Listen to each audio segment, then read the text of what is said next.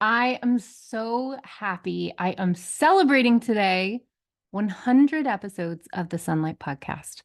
And oh my goodness, I was so nervous the first time I ever recorded that it is amazing to me that I've gotten into a rhythm. I feel like I have gotten better at it. And I've surveyed you, I have gotten a lot of feedback, and I have improved this podcast. So hopefully you find it really valuable. If you do, would you please share it with a friend? Um, there is no information being bought or sold or tracked with podcasts, which is great. It's part of why I love them.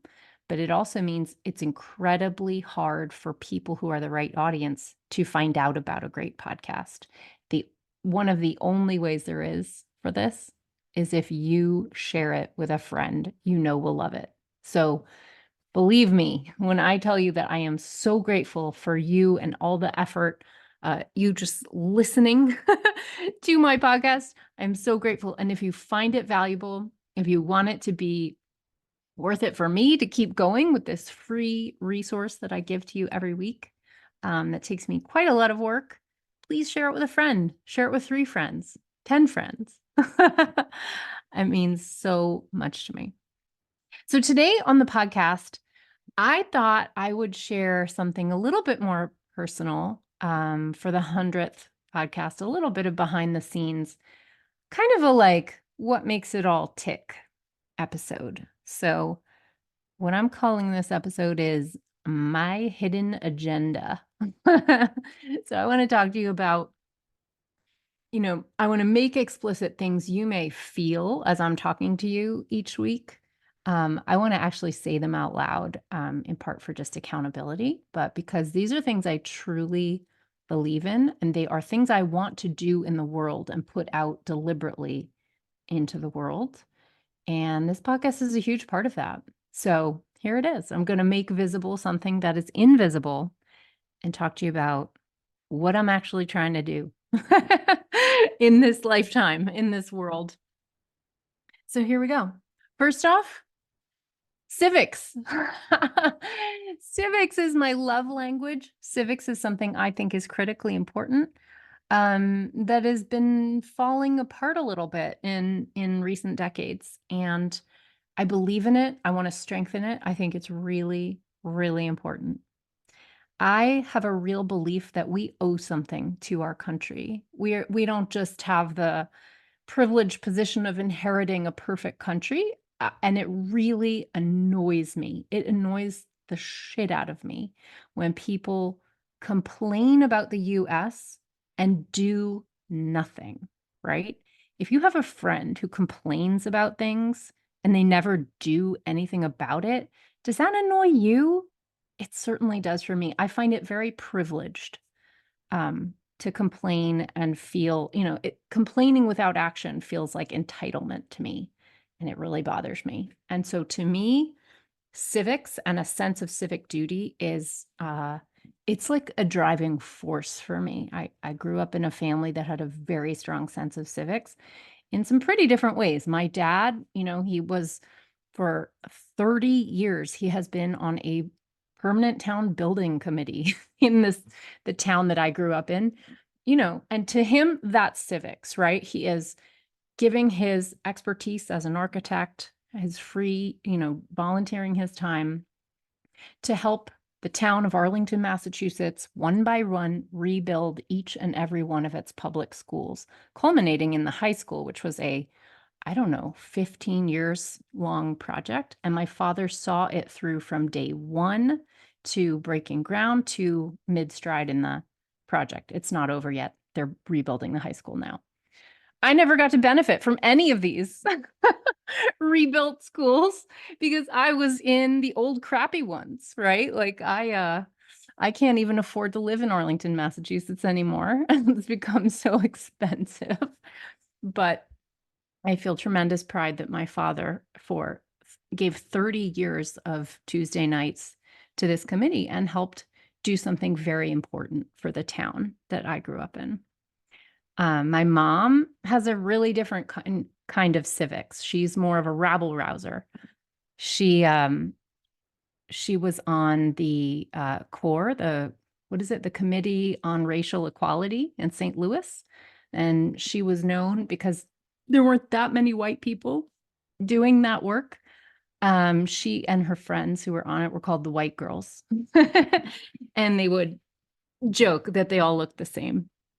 And so my mom did a lot of work about like racial equity stuff in St. Louis in the 1960s. And I'm really proud of her and proud of that legacy as well. And I definitely grew up with a sense of like, yeah, you might have privilege, but you owe it all back. This has been tough for me at times. It led to a sense of unworthiness and frankly a deep and debilitating depression that made me leave college for a year and do community service. Um, and I'm not asking you to cry for me over that, but I'm saying that that sense of owing something to the world is deep, deeply felt to me. I really believe I do owe something to the world. I've been given a lot and I therefore must give a lot back. So that is a real driving force for me. And if you want to really make me angry or unfollow you on Instagram, you should make some political complaints and then reveal that you've never knocked on doors before. I will be like, unfollow, because it's a pet peeve of mine. I don't think we have, people have died for this country. I know it's unpopular to call yourself patriotic in this day and age, although I wish that weren't the case. I think people have died for our democracy, and to just sit around and shit on it without any sense of owing anything to it is a privilege I cannot abide. So those are my unvarnished thoughts on civics. Second, I believe that taxes are civics. I think, you know, the Boston Tea Party did not happen because we were being taxed. It happened because we're being taxed without representation, right? So the representation part is the second part of a two-part equation, right? We are taxed, and for that, we get to advocate for who we want to be in office. We get to run for office. We get to support people we want, we believe in, who we think should be in office. We get to organize. We get to protest. Those things are a privilege. And I think if you don't exercise them, they start to disintegrate. And you can see that all around. Civics has been under attack. A lot of civics that we used to learn in high schools and elementary schools, those programs have been disappearing. And I actually think you can see it in the culture that people don't know that there's a member services, constituent services office at their local representative. They don't know how to contact their reps. They don't know that they should contact their reps when they have something like a passport issue or, they just don't know what channels to use or how to use democracy, right? And I think just learning about that in school is really important. And I also think taxes are a part of that, and we should all learn about taxes in school. I actually would love a world where I didn't have my company at all, where it was not necessary for Sunlight Tax to exist. Because I think, honestly, the US government, through the public school system, should be teaching empathetically and clearly how taxes work. Because it is your most mandatory part of civics, right? The running for office, creating grassroots campaigns, helping people you believe in get elected. That stuff is optional, right? The civic engagement part of democracy is optional, but paying your taxes is the one and only part that is not. I hope that your taxes serve you as a reminder every year, like, oh yeah, I totally get to contact my representatives because of this, right? Um, I hope it makes you feel empowered and feel some sense of ownership of this country. I also really believe that people who work with a strong sense of mission and vision, people who are creative, who care for and tend other people in their communities, are the very best people to organize, build powerful grassroots campaigns, and create positive change in this world, in this country, right?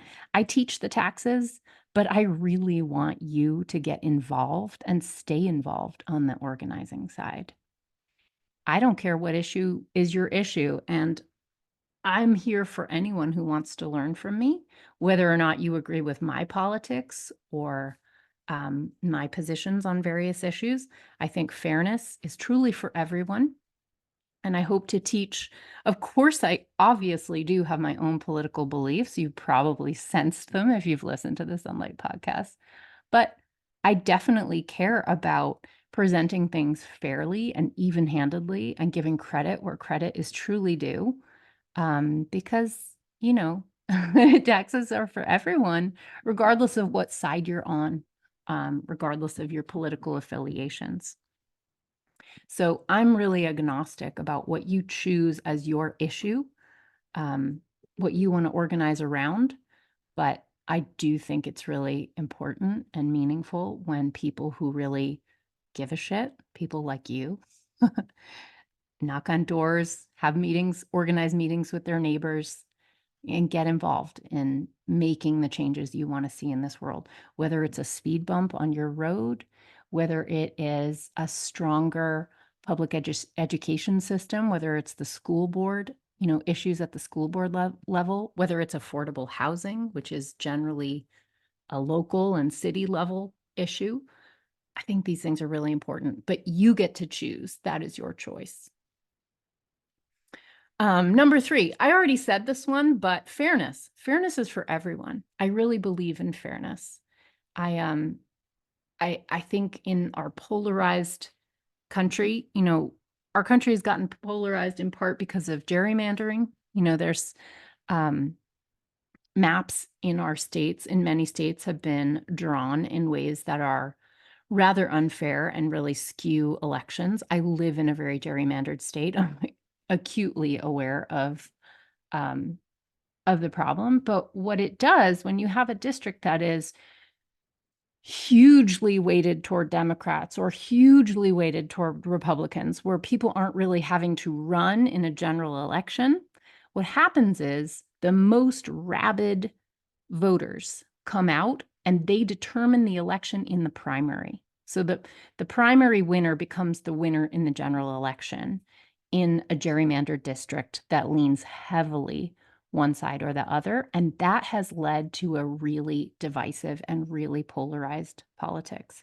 And this is one of the reasons that one of the issues I personally choose to work on here in my state of North Carolina is fair elections and fair voter maps, because that actually takes some of this awful pressure out of the polarization in our politics. I would like to undo the polarization that we're currently all suffering from. Of course, social media and those algorithms that prioritize hate and controversy and anger and rage, that's further making this problem terrible. But it's like I think of it like a marriage that's going sour, that's been kind of heading off the rails and getting brittle, where two spouses are fighting all the time and they just can no longer see the good in the other one. They can no longer admit to their own faults because they're so armored up and ready to fight all the time. I see that as how our politics have turned in this country, and I really dislike it. I really want a world where I get to tell you all that I have Republican friends who I love, and I actually do. I actually really truly do. I will admit to you they're largely Yankee Republicans, which are a bit of a different breed.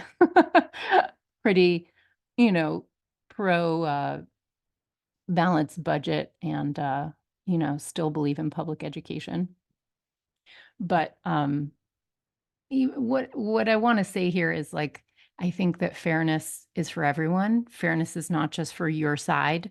Fairness has to be universal. And I really think no one is above anyone else, no one at all. But no one is below anybody else either, right? So I think it's important to be fair to white men. I think it's important to be fair to Trump voters. It's important to be fair to people I deeply disagree with, because that's the world I want to live in. So it may not be the world I'm living in currently, but it's certainly the world that I want to, at least on this podcast, at least in my company and in my own actions, it's the world that I want to model. Number 4, my hidden agenda. I believe in good government. I really do. Um, Regulation has a bad rap on purpose because people who have enough money to lobby heavily, people who are billionaires who really, really want to make sure the tax code advantages them and they have the money to actually make that happen. They're able to run campaigns to really, really help the rest of us, working class, middle class people, believe what they believe, which is that regulation is bad, right? And I'm here to say, I think regulation is the counterweight to the evils of capitalism, right? I really believe in a balanced, well-regulated capitalist system. I'm a business owner and I love it. And I love helping other business owners do their amazing work. But I want businesses to operate ethically. And I think when they're not operating ethically, I am very happy for the government to be there with the punishment, with with fines, um, with a way to really enforce, like, no, you can't do that. You can't screw people over. You can't behave like that. And there is good government out there. I don't want to say that there isn't. I just want to counteract this trend of saying all regulation is bad. I think that's not true at all. And if you want a little bright spot, the FTC, the Federal Trade Commission, Lena Khan, who is the chairperson of it, oh, she is dreamy to me. The FTC has been really doing amazing work, led by Lena Khan, really doing what they can to break up monopolies, to sue large companies like Google and Amazon and Apple. And that is hard to do. And I think, frankly, a good government has a real role to play there, and I believe in it. But the problem is when people like us check out of our democracy and aren't kind of watching and making sure that our representatives stay accountable to us, it really allows government to not be good. And there can be corruption. And when that happens, it helps us all to not believe in it, not want to fund it. And then we get in this sort of ugly cycle of defunding the government, making it incompetent because it cannot afford to do the job properly. The IRS is a great example of this type of lack of funding leading to a lack of capacity. I mean, the IRS is everybody's favorite boogeyman, but I think a well-funded IRS is a benefit to the US taxpayer, right? It's a benefit to everyone but billionaires who currently have a far lower audit rate than you and I do. And that's because it requires IRS funding to actually go after really wealthy taxpayers. It costs a lot more to do those audits because they're much harder. You're facing up to an army of sophisticated, well-paid lawyers and accountants. Whereas when you audit someone like me or you, that's a pretty easy audit. And the person doesn't have that much money to really put up a strong defense. So I believe in a well-funded IRS, and I believe in good government that is responsible to its citizens. And that ties into us being engaged civically. I do really have another story. I have a little personal story to share about good government. And I think it's kind of a foundational part of my attitude towards the government and what it's capable of. So I grew up in Massachusetts, and there's no doubt that that plays into the fact that I have some faith in government, which is not to say Massachusetts is perfect. It most definitely is not. But something really wonderful about Massachusetts is that it's got a reality-based system. I think Massachusetts taxpayers recognize that you get what you pay for. And the citizens of Massachusetts have determined, like, we really care about public health and public education. and we will pay taxes in order to make sure that we have universal health care in the state of Massachusetts and we have really good public education. And so that's what Massachusetts has. And it's pretty awesome. So when I was growing up in Massachusetts, Governor Weld, who was a Republican governor, noticed, and something I really love about Massachusetts, there's so many universities there that there's just a real reverence for research, right, for data. And this is a pretty nonpartisan thing. And Governor Weld in 1992 was looking at the data on teen suicide rates. The teen suicide rates had gone up, they were high. It's something, it just shouldn't happen, right? It's a thing like that shouldn't happen. And so he wanted to do something about it. And so he looked at the data and he just went with what the data led him to. And what the data said about teen suicide in Massachusetts was that it was gay kids, it was queer kids who were killing themselves. And of course, you can kind of roll that back and think about why that might happen. These might be people who are ostracized from their families, who are not accepted for who they are, who don't feel that they have a place in the world. I mean, it makes a lot of sense, right?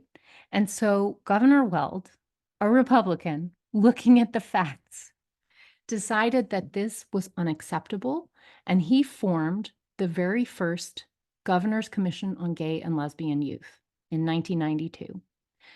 My brother, who was 15 at the time, had just come out. And the governor got, recommendations from teachers across public high schools in the state of Massachusetts. And my brother, who I will see right here, he's got Riz.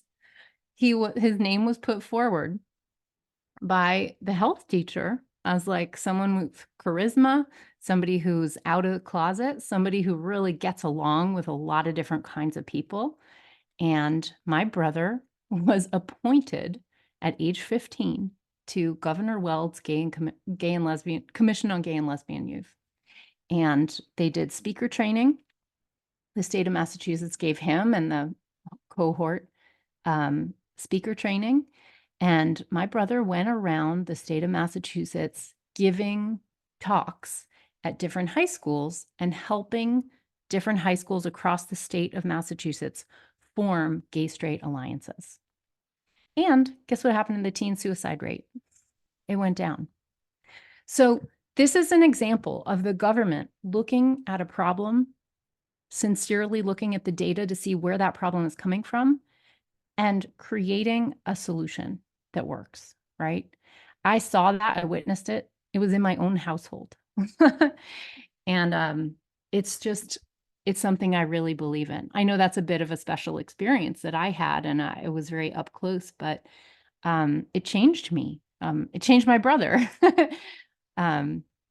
He went into politics, and he lives in DC, and he's been using those very same skills since age 15 to make the world a better place in his own way. So the idea that government can be good and do good is fully inside my bones, and I recognize it. And I want to impart that feeling to others. And I think that when we all participate, then government really and truly is good. It really it can live up to our highest ideals, even though it hasn't always, and it doesn't always. And lastly, in my hidden agenda, I think that money and power in the hands of people who have a mission and who care, especially people who are historically underrepresented and marginalized, like Black people, Indigenous people, other people of color, queer folks, women, people with disabilities. I mean, you name it, right? Underrepresentation exists in a lot of areas. But I think when people like us have money and have power, the world gets better. I want people whose voices haven't been heard enough to have a bigger say. It is super frustrating to walk into rooms of power and see only white men. And listen, it's not a dig on white men, but it is the historic legacy, right?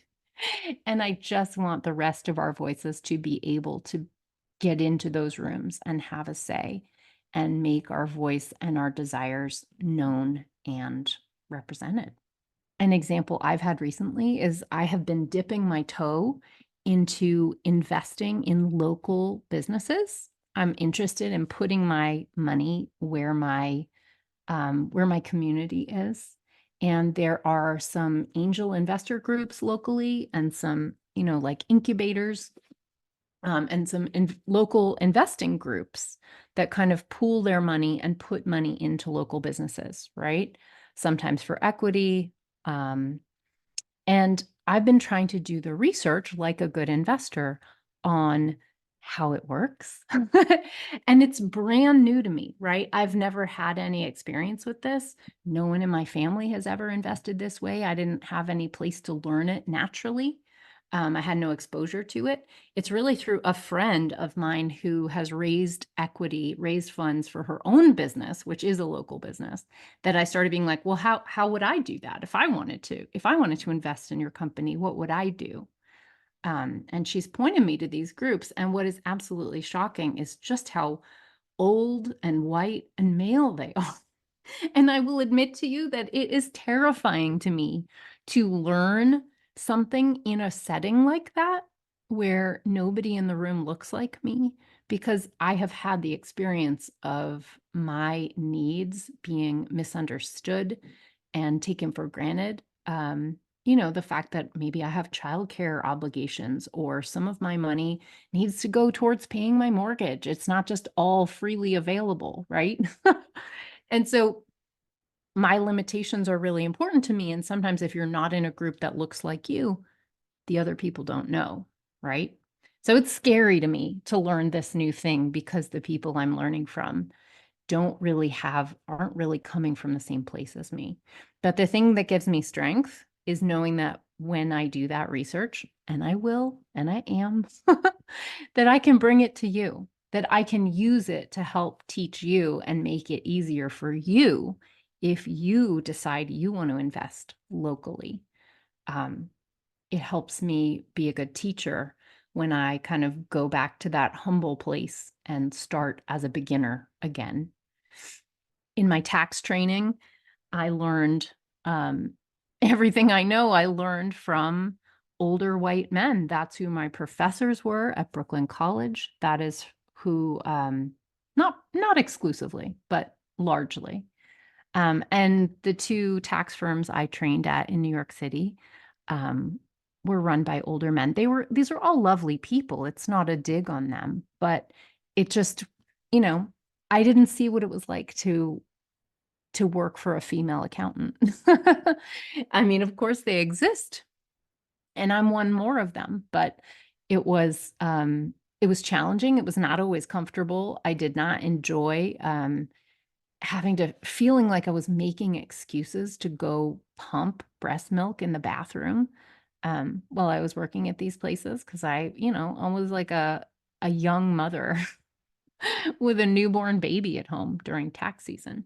But I find it very motivational to know, even when I'm a black sheep in a situation like that, what has really driven me is knowing that I could bring this information back to you, knowing that I have a community of creative people, of weirdos, of mission driven, lovely, ethical people like you, dear listener, that it is worth it for me to suffer a little bit in those environments, to experience the discomfort of being in those rooms, feeling a little bit alone there, knowing that I could come back to this podcast, to my courses, to my writing, and help you bypass some of that discomfort by bringing that information straight to you.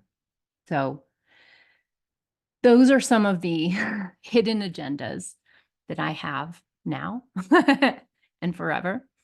And I hope that's been interesting to you. I don't know if you sense those things, if you agree with them, if you disagree. I'd love to know what you think. Let me know. You can always send me a DM at Sunlight Tax on Instagram. And lastly, I want to just remind you what wonderful things can happen when people like you have money and have power and have the skills, the business and tax skills you need to have that money and power to grow your business. Um, it's just amazing. And seeing client after client, like publish her graphic novel about mental health for teens. That's my client, Cara Bean. Or Marissa Molinar, who has a dance studio in the Somerville, in the Boston area called Midday Movement, which caters to BIPOC dancers and different body types. Dance is such a wonderful antidepressant and community builder that I particularly love that mission. So it just makes me so happy to see people like you go out there and get the information you need to really thrive.